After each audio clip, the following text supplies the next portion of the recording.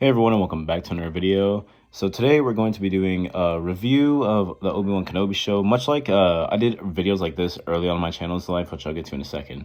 But before this video starts, I want to explain that this is my opinion, okay? I know a lot of my opinions on this are going to be very unpopular because I've seen a lot of people's other reviews on the show.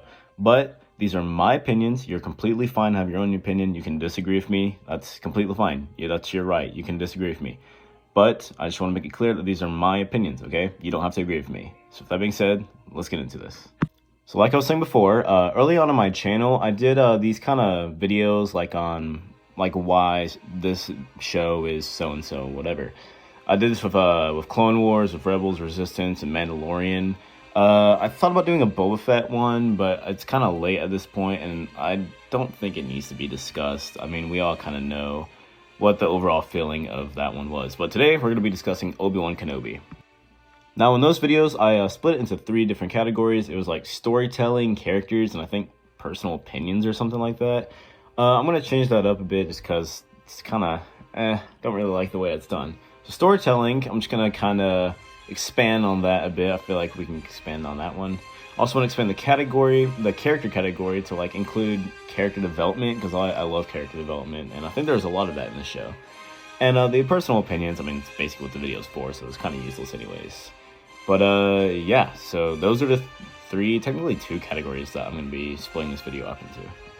So, starting off with the storytelling, or the plot of the overall show, I thought it worked. I really loved the story, and I was engaged with it, and I thought young Leia was a pretty good way to get Obi-Wan off Tatooine. And personally, I've heard this a lot too, but I'm just happy we're not on a desert the whole show. I'm so tired of seeing deserts after deserts and Tatooine. It's like, oh my gosh, we need new planets, Disney. We need new planets, but I'm really glad we stopped that whole thing. And the story presented a lot of opportunities for Obi-Wan and Leia to kind of bond together, as we haven't seen them interact a lot. But in A New Hope, we do know they have a connection, because obviously Leia contacts Obi-Wan about helping her. Like I said, overall, I did enjoy the story, but I did have some complaints.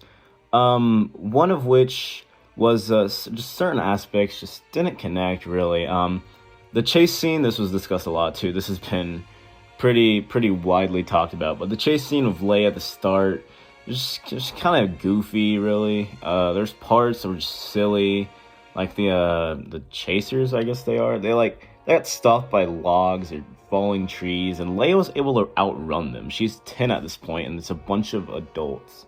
Just kind of silly, honestly, and it kind of bothered me. There's another scene in episode 1 where the Inquisitors are hunting a Jedi on Tatooine, and they just let him get away. I mean, he pulls down like one sun cover like thing, and it's only one. Like, they can walk around it, but they don't. They just let him run away. And then I didn't really understand why they did that. It didn't make much sense, but they definitely could have pursued him, I feel like. And another inconsistency is Reva in this show. She's kind of inconsistent, and I'll tell you my opinions on Reva later. But she has the power, or not the power, I think. She kind of uses the Force ability that Kylo uses on Rey and Finn, Poe, to interrogate Owen.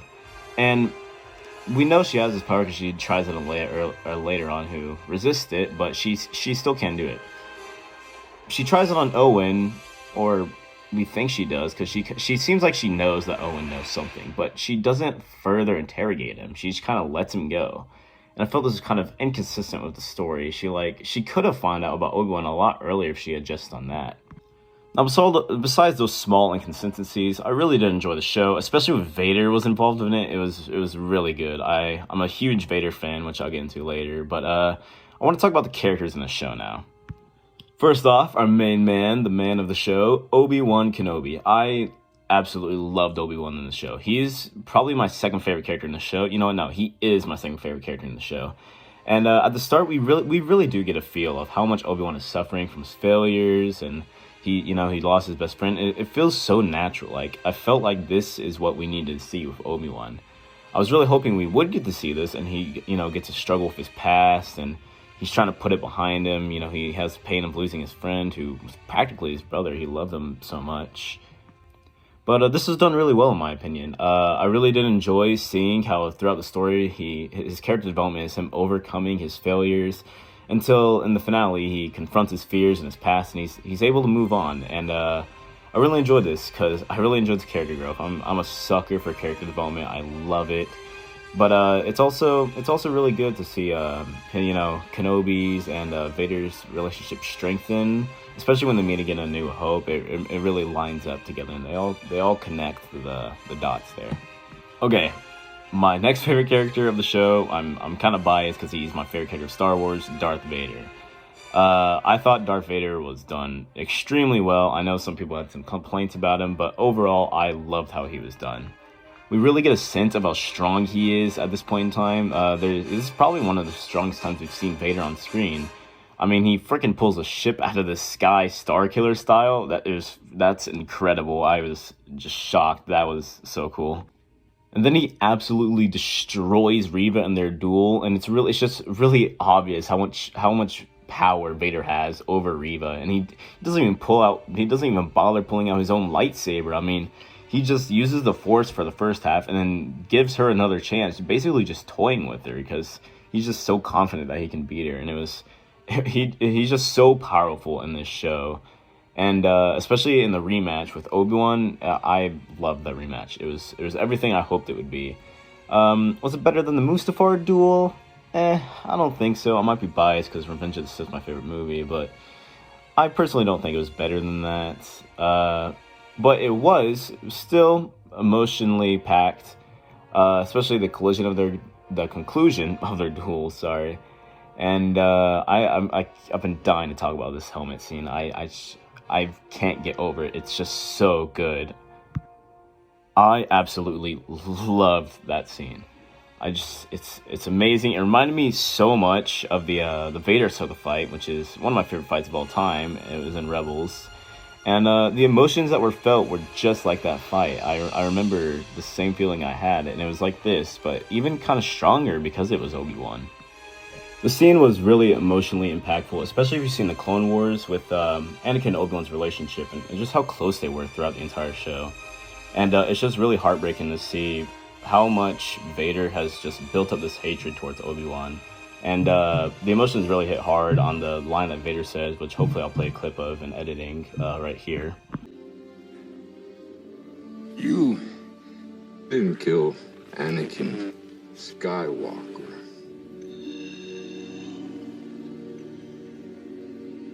I did. And after Vader says this is like the point where Obi-Wan, he finally accepts that, his friend this is not his friend anymore. Anakin's gone. It's only Vader at this point.